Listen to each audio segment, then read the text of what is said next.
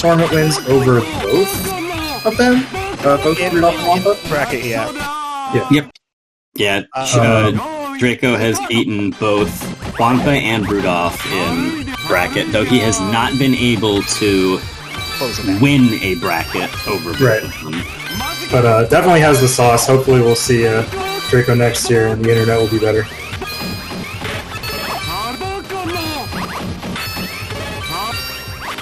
So Rudolph up early here. I think, so, you know when people are like, I don't understand how some top, you have like two kinds of top players. You have the people who are like calculating analytical, they know everything about the game.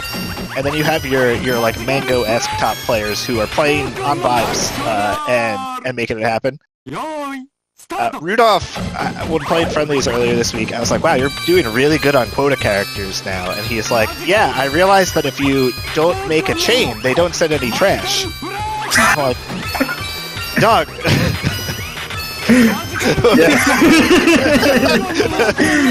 He's just like, I'm just not gonna make chains anymore. I was like, man. Yeah, I mean, I mentioned this earlier on the mic with Note, but quota advantage is real. It's very strong. It is your friend. Sometimes you can't avoid making a chain because patterns are just like that, especially on quota characters. But also, if you can, you're probably gonna be more likely to be advantaged. I was laughing on while I was playing because I was listening to commentary during the match, and you guys were both saying, like, oh, me versus Scherzo, their styles are very different. Rudolph likes to be like going to mention, yeah, and then but when I was in Japan, I basically just got told by all the Japanese players, like, you play this game wrong. Like, whatever you're doing, like, you just ignore how every character behaves, and you just, like, play like a bull in a china shop, and I'm like, I guess so. but over here, I am considered analytical. Yeah, you're relatively tame over here. Like, the way you deal with ice on Sun's pattern, for example, is something like most people don't pay granular attention to. Sorry, what were you going to say? Yeah, I was going to mention that specifically because I remember one of the first times we ever played at locals, you mentioned that you play Magical Drop because you don't want to have to think about things. Oh yeah, for sure. So...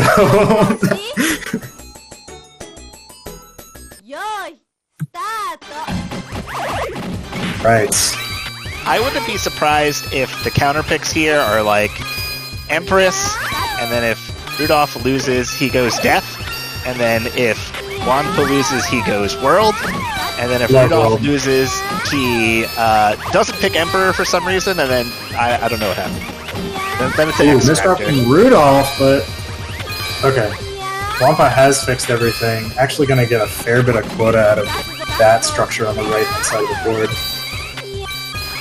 We've got to fix up some stuff, though. A little bit awkward. Oh, doesn't pick up that red 3 times in a row. I think that is is usually a fatal mistake, but we'll see if he can live it. Oh! My god. How did he survive that? It slowed him down enough, yeah. I was my god. The poise that Juanpaa has in particular, where his interior columns were literally about to cross the threshold, and he just stayed on the other side of the map and kept making matches. And then finally, like, he knew exactly everything that he had to do to make it back over, and then he just came back over and calmly cleared this side instead. I think World Empress are the characters that, because of the asymmetry in the pattern, are the best at teaching you how to do that. Yeah. To be honest. I think this year in particular, these two characters, World and Empress, have gotten a lot more play than we had this season. Yeah, the advent of like disco tech really shifted Fortune and Power out of the meta, and World and Empress sort of was like slid in to fill their niche as like higher tier characters that you bring people who can't keep up to. Well, there's still, I mean, I still think that Fortune is harder to quota. I think that World, in particular, when I used to take people to World, it was sort of as a knowledge check, because I could quote a World pretty comfortably, but you had to, like, you know, have a specific style of play in order to do that. Yeah, like, and again, like, but when to split your brain and manage the one aggressive spire, but also make double clears on the other side. Well, right. I mean, this part of the thing is that, like, I was still not as good at that as these players, which is why, like, you know, if I try to counterpick somebody, you know, much better than me to World, it's like, yeah, I won't die, but I'll, like, get smoked on World. Yeah. Like, these players are finding much bigger matches and keeping much better, you know, idea of the board. Right. Their pace so is just they're able to get more out of it. So it is a character, I would say, that scales with your, like, level of experience. I don't know. Yeah. Oh, this is so tough with the ice. He can't find his way to unfreeze the ice. It just won't go away. Oh my god! Getting super stuck there. No. I mean, Wampa is also still quite behind on quota. Okay, we're gonna Hangman. Yeah, I would say we spent a lot of time in that last match talking about Wampa's side of the board and some of the very smart things he was doing. And meantime, Rudolph was just cooking every round. Yeah. He was just playing super solid. There wasn't anything for us to remark about on his side. But his efficiency was just so high, right? Yeah. In a similar vein, Hangman is kind of almost the same playstyle as World and Empress. It really is just about taking the fact that his pattern is a jumbled mess. You really get anything big. It's just a check to see how many bonus points can you get. Yeah. As things are resolving, how many extra little bits can you tack on? Well, yeah, but also you die a lot more easily on Hangman. Yeah, Hangman, because he just sends so many orbs, your board fills up very quickly. Even though he doesn't send as many lines. Right. It's flat. Flat. I don't even know if it's more orbs, but it's an equivalent number of orbs in less lines.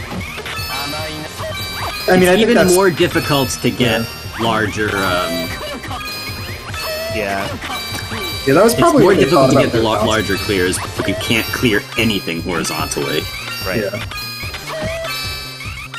But yeah, I mean, like, even that last round, Rudolph was, you know, matching like an absolute madman, and the board was still creeping up, like, right. And even though you know they had gotten to like 60 quota or something like that, like, and eventually won off the pressure, like. It's still tough to control, even if it's not, like, you know, terribly, you know, immediately lethal in the way that Tower or Hermit or Father Strength are. It's still just like, whoa, it's a slog. Hermit and Father Strength just kill you. Hanged Man is like drowning. Yeah, that's a good you're gonna tread water for a little bit, but it's. You just get more and more tired, and eventually it catches up to you. Yeah, as you can see, like... Oh, like, these spires on the sides are not what Rudolph wants. And again, you might be used to seeing those on high tiers, because the high tiers typically send those, but that was all just, well, that's where the clears are, so that's where I have to go with the board. But when you do that, you know, what's going to happen to the outside of your board? Like, that's just, you know... that's just the Hanged Man experience. Oh, little moved out of alignment there for Rudolph. He's got enough material to keep making clears, but yeah, okay, he's found a route now. Everything's gonna go away.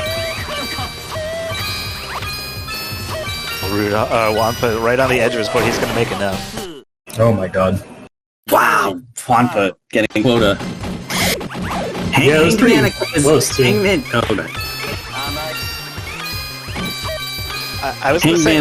Oh, go ahead. You go. Okay, I was gonna say Hangman's pattern generally, kind of have to take it piecemeal. But if you survive for long enough, when you hit around the 80 quota mark, everything starts to line back